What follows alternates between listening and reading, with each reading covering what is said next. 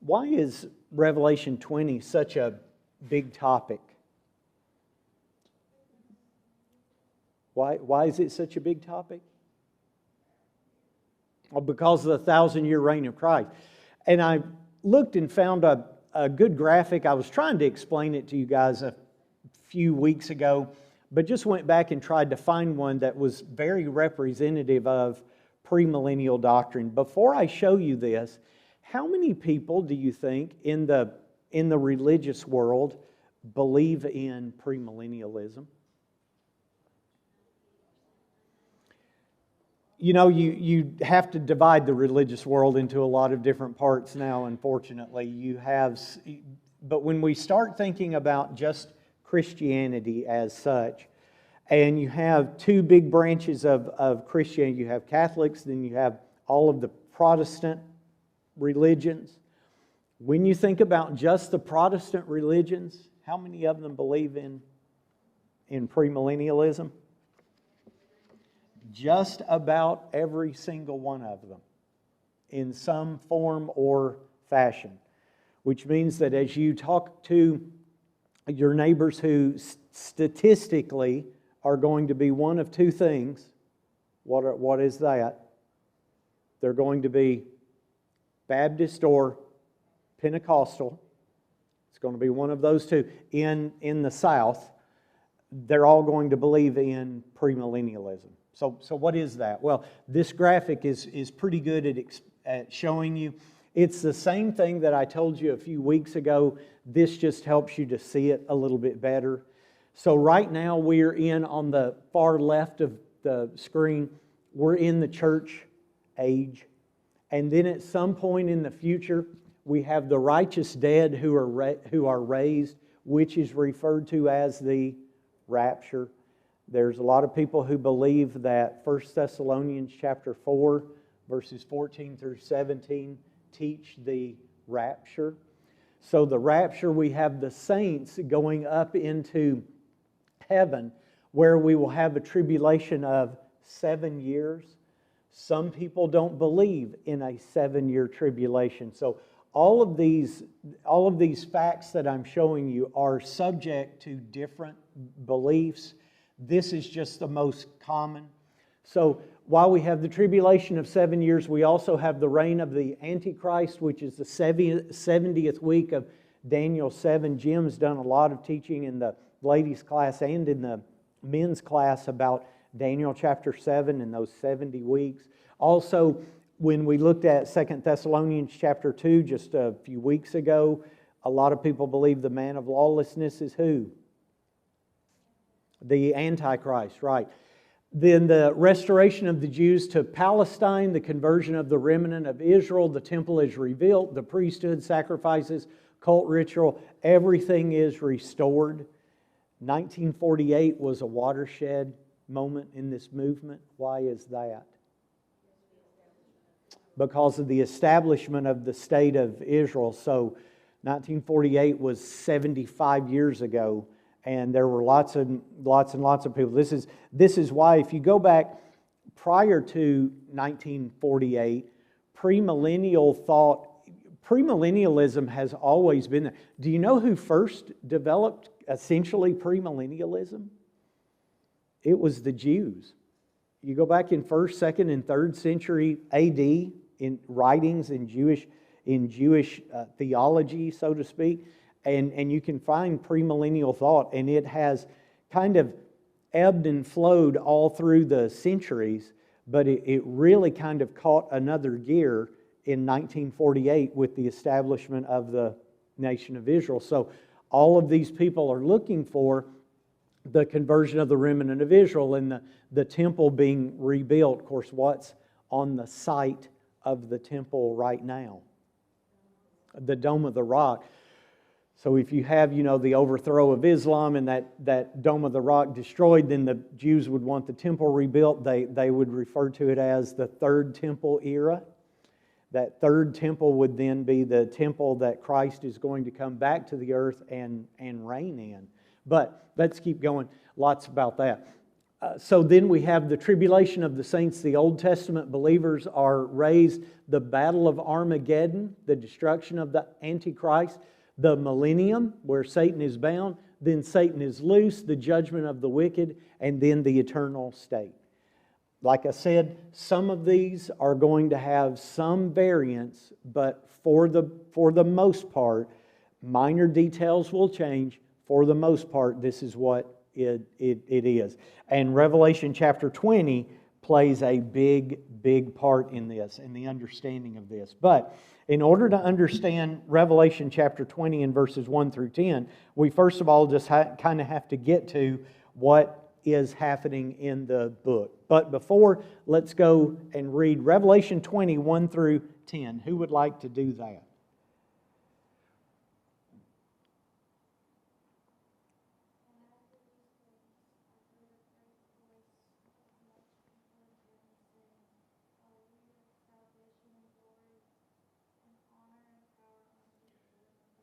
Is that 20, Amanda? 21 through 10.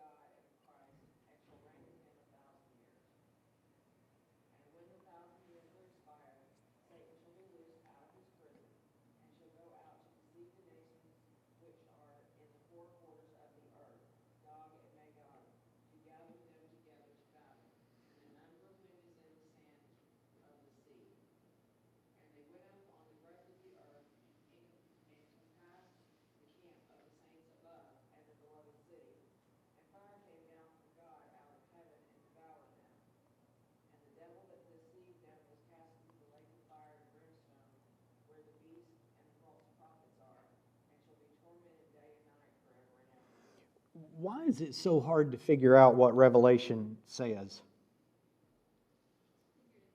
Because the language is so figurative. And you know, your first, I think, natural question would be, why is it written in such highly figurative language, of which the answer to that is, we just don't know. We can pose a lot of different possibilities, but it all eventually comes down to the fact that we just don't know why it's written in such figurative language. It is the language, though, all the way through the book, the language of judgment, because most of the language from the book of Revelation comes from where? It comes from the Old Testament, and it's a pretty good distribution all the way through the Old Testament, but it's more concentrated in the prophetic books of the Old Testament. This is not brand new language that's being created. It's taken from what at least Jews and Gentiles who had believed in God and studied the Old Testament was familiar with. So the message of the book of Revelation, I think Revelation divides itself into 4 sections. We've got the first 3 chapters. So what do the first 3 chapters do? It's about the 7 churches of Asia. And there's some important things in those first 3 chapters. For example, in chapter 1, verse 3. In chapter 1, verse 3. What does John, who's writing it, what does he tell us right from the beginning, what does he say? It's a short time coming. Whatever he's writing about, he describes it as a short time that it's going to be until all of this takes place. In chapter 1, verse 9, how does he describe himself? Yes, a brother or a fellow partaker or a partner in the tribulation of the people receiving the letter. The message, as far as John was concerned, was pretty contemporary. I don't think, there's no real good way through the language to show that this was meant for some time way off in the future. So the first chapter sets the stage for it. Chapters 2 and 3 talk about the seven churches of Asia, to get them to kind of understand what situation they're in, to repent of those situations, and then get ready for what is coming, which I think is done in two different ways. The second section of the book, chapters 4 through 11, I think are representative of what's going to happen on the earth. What would you say is the big feature of chapters 4 through 11? If you're kind of looking in your study Bible and it's giving an outline of those chapters 4 through 11, kind of what's the biggest, most significant part of all of those chapters? What are being opened? 7 seals, yes, 7 seals. And when you get to chapter 11, at the end of chapter 11, just the last few verses in chapter 11, it's detailing a destruction, a judgment. There's not a lot of information. It's not an extremely dense detail, but it's detailing a destruction. And I think that destruction is talking about the destruction of whoever is facing off against all of the Christians that are either in John's day or they're going to be in John's day very, very soon, from Revelation chapter 1, verse 3. I think in chapter 12, the message is told again, but it's told again from a different point of view. It's told again more from a spiritual point of view. What you have in these first several chapters is the revelation of what's taking place on earth. These opening of these seals and all of these judgments that come out. The second part of it talks about what's happening from the vantage point of heaven itself. I'll talk about that in just a second. But then we get to the last section, which is 21 and 22, and what's that section speak of? We could even pull it back, because I want to talk about all of 20. We could even pull it back to chapter 20, verse 11, into 21, into 22. And what do all of those places talk about?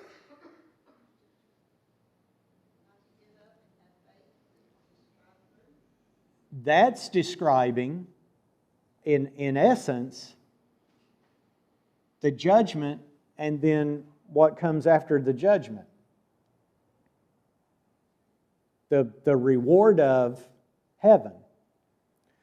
So if we go back to chapter 12, and again, if you're kind of following along with outlines that you may have in your Bibles, what's happening in those chapters, starting in chapter 12 and 13. 12 opens with a radiant woman. She has a child, seems to be representative of the church. But then you get to chapter 13, and who's introduced? The dragon. Who is the dragon? The dragon is who? Who is the serpent? Satan. Satan. And Satan is going to be against God's people. And he has some allies. And there's 2 beasts that are mentioned. What 2 beasts are there? The sea beast and the earth beast. And I think both of those beasts are representing part of this great enemy that is going to face off against God's people. big question is, who is this enemy? There are some variation of thoughts, but for the most part, most people understand this great enemy of God's people that is essentially headed by Satan is who? Is Rome.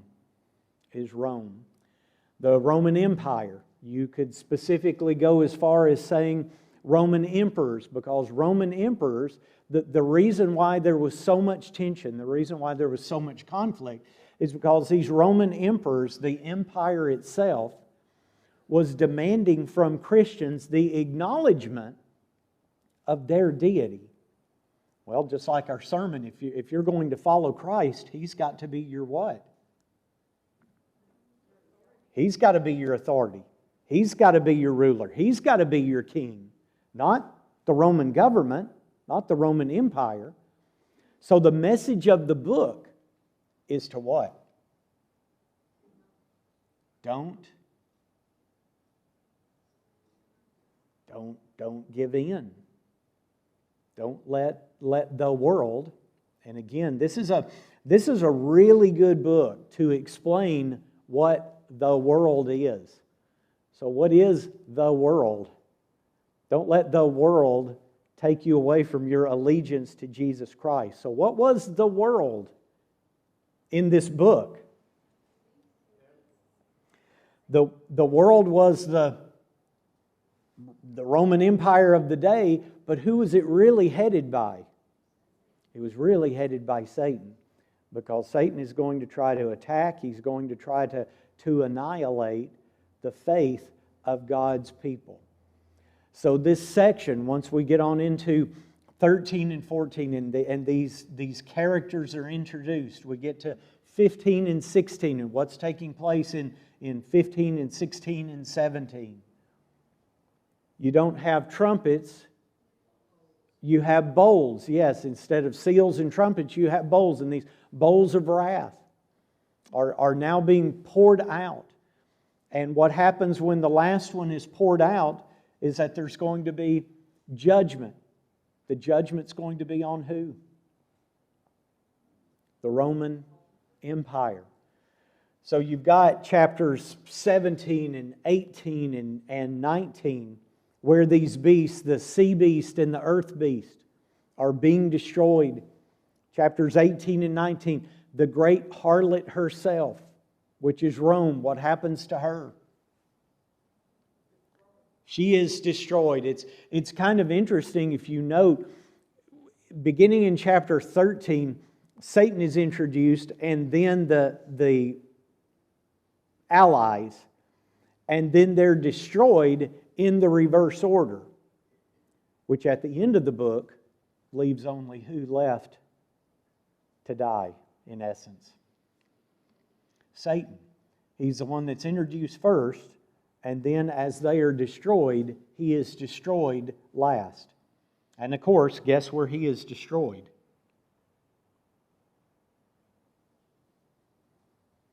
Where is he destroyed? He's going to be destroyed in, of course, the Battle of Armageddon is the Battle of Armageddon becomes this great figurative battle where good and evil, the kingdom of Christ and the kingdom of the world, again in historical times, which was represented by the Roman kingdom, where they do great battle. In Revelation chapter 19, of course, who's going to be victorious? Jesus Christ. That's where we learn that He is Lord of Lords and King of Kings. Why? Because He's going to be victorious. And so the last enemy that's left to be taken care of is the devil. And where does that take place?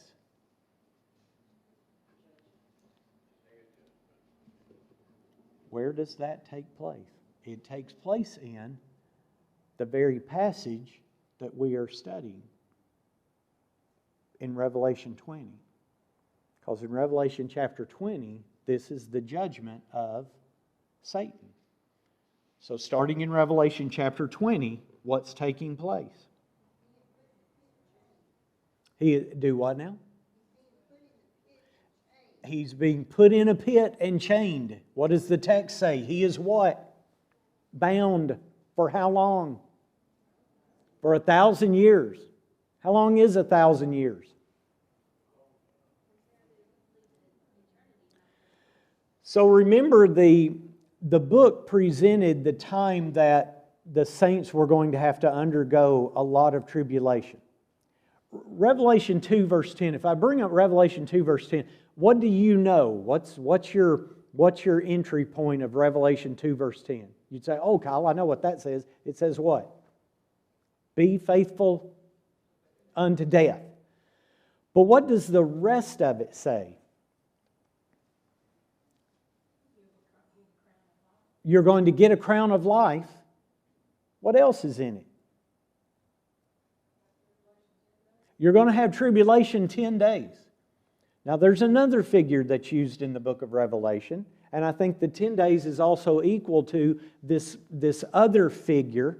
It's longer. How long is it? Time times and half a time, so 3.5 years, or what's the other alternatives? In the book itself, 42 months, 1,260 days. So 3.5 years. If you think about 10 days, or you think about 3.5 years, in relation to 1,000, what is the point of those figures being compared to one another? So first of all, it's not forever. And secondly, what else? Your tribulation is real. The problems that you're going to go through are real. But if you can make it through it, the reigning that you'll have with Jesus Christ, comparatively speaking, is what? Much, much longer. Is much, much longer. When Satan is bound, is he destroyed? No, because that's going to hold off until we talk about what happens in the last part of Revelation chapter 20, and we may very well have to lap some of this over until next week and then get started next week on our next class. But that's going to be taken care of a little bit later. Revelation 20 only talks about him being bound. So someone kind of described to me, what does it mean that Satan is bound? If he's not completely destroyed, and I think by the time that we finish this next week, you'll agree being bound does not equal being destroyed. What does it mean? He had a limit to his power. So he was going to be able to do his worst, so to speak, using the agency of the Roman Empire. But he would not be victorious.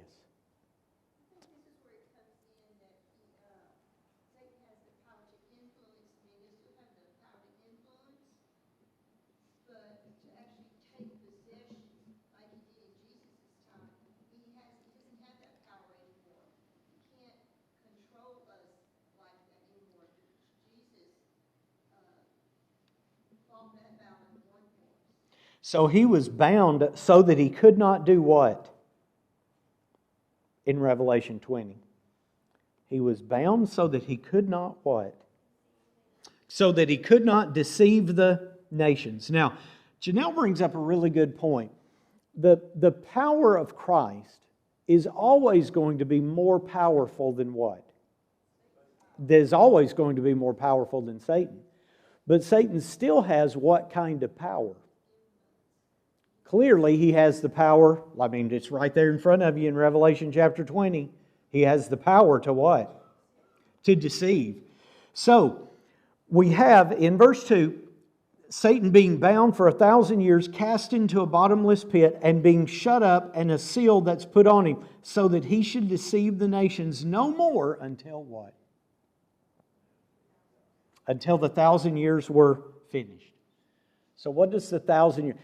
1,000 is a term just like a bunch of the numbers in the Bible, just like the number 7 in the book of Revelation. But 1,000 is used elsewhere in the Scriptures. The cattle on how many hills is mine? The cattle on 1,000 hills. How many hills are there in the world? I don't know, more than 1,000. So does the Lord only own the cattle on 1,000 hills and then the rest of them are somebody else's? Now what does it mean when it says 1,000? It's just a figurative way to show everything. So this 1,000-year reign is going to be something that much, much longer than the time of persecution. If they can just hold out in a shorter time of persecution, then Satan is going to be bound for a long time. But does that mean that he'll never come back? No, because if you look in verse 3, what will happen to him? He's going to be released. Yes, he's going to be released. And then I saw in verse 4, what? I saw thrones, and they sat on them, and judgment was committed to them. Then I saw the souls of those who had been beheaded for their witness to Jesus and for the word of God, who had not worshipped the beast or his image, and had not received his mark on their foreheads or on their hands. And what did they do? They lived and reigned with Christ for 1,000 years. So think about this as the stage is being set for the book of Revelation. Go back to chapters 1, 2, and 3. That's about the 7 churches of Asia. They had issues. Those issues were identified. They were told to repent because the worst part of this is still yet to come. Chapters 4 and 5 are what's referred to as kind of a great throne room in heaven. It's establishing the power, the awesomeness of God.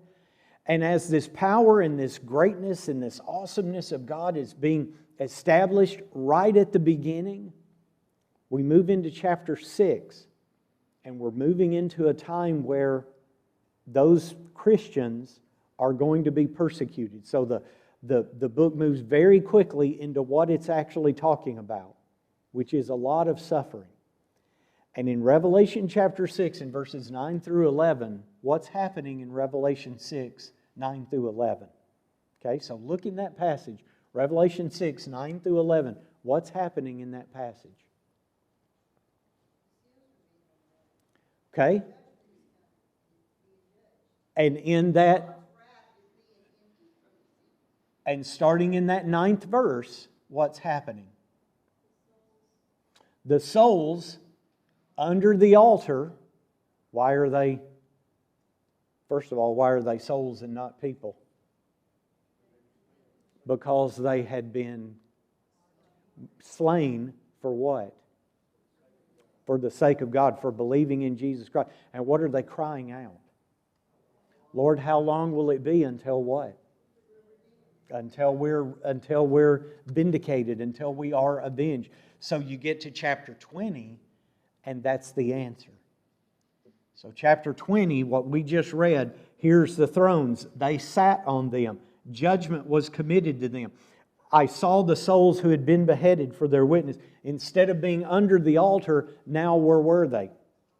They were sitting on thrones. And the answer to all of this, how long? Well, now is the answer. They hadn't worshipped the beast or his image. They hadn't received his mark on their foreheads or on their hands. That was the mark of the beast. I haven't looked up lately what people think is the mark of the beast, but what have people referred to in the past as the mark of the beast? 666. What else would be the mark of the beast? You guys know? Thoughts about the mark of the beast? Any ideas?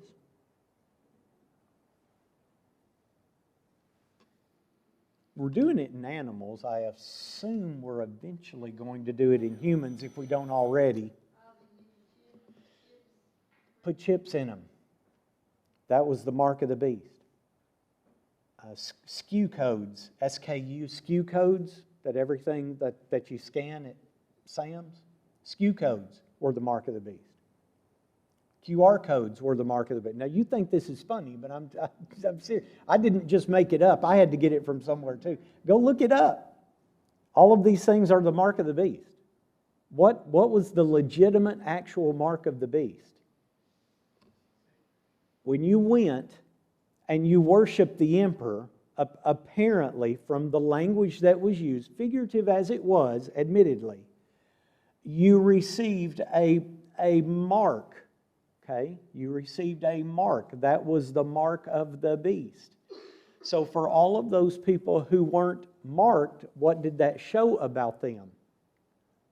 They were faithful. They hadn't given in their allegiance to Jesus Christ.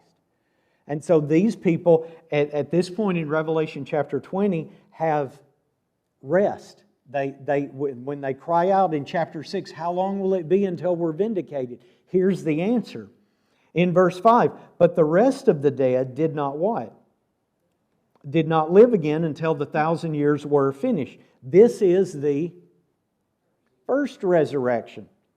This is the first resurrection. Over such the second death has no power, but they should be priests of God and of Christ, and shall reign with Him 1,000 years. So, what is the first resurrection? So the first resurrection, the second resurrection, first death, second death. The first resurrection seems to be the fact that here were all of these Christians. And you look in the book of Acts, and the book of Acts shows that, with exception, by and large, what was happening to the church in the book of Acts? It was growing, doing really well. But then more years came along. We even can extend outside of the time period of the New Testament and it being written. And persecution really, really started. And it really, really came on them. And to some extent, in some writings, in some historical narratives, pretty hard. Maybe so much that a lot of Christians thought what would happen. Maybe even the whole idea of the gospel would just be destroyed. But it wouldn't be, because Satan was going to be bound, and the whole cause of Jesus Christ, what everyone thought that the Roman Empire would destroy, would not only not be destroyed, but what would it do? It would rise again. And that's likely what John is referring to as the first resurrection. Okay, so the church looks like it's being punished, so much so that it's just going to be destroyed. But no, it comes back. Why? Because Satan's the one that's been judged. And so he says, blessed is and holy is he who has part in the first resurrection. Over such the second death. What's the first death? Well, I'm sorry. I've explained the first resurrection. What's the second resurrection? If you step outside of the book of Revelation, what is the second resurrection? It's basically the only resurrection that we know of. In fact, we would have known it as the only resurrection until the book of Revelation came along. Now it's called the second resurrection. What's the first death?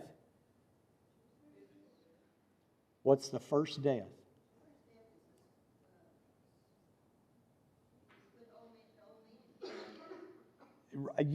Our giving in to the enemy is the what? Is the first death, also known as, we don't ever call it first death as we're standing up preaching about it. What do we call it? Spiritual death. Spiritual. What's the second death? That's the real death. I mean, that's the showstopper for you and for me. So we have in the book of Revelation, in the book of Revelation only, this first resurrection, second resurrection, first death, second death. And all of these are coming around and kind of coming to a fruition in this passage. So just kind of understanding all of that and ironing out all of that really, really helps the message. So we'll bring this up and then we'll take 7 through 10 next time. So this is the first resurrection. They come back, this whole cause comes back. Blessed and holy is he who has part in the first resurrection. Blessed and holy is he is the one who can live through the persecution and come back to life, so to speak, after having been beat down. Over such the second death, if you're righteous and faithful, your physical death has no power over you. Why is that?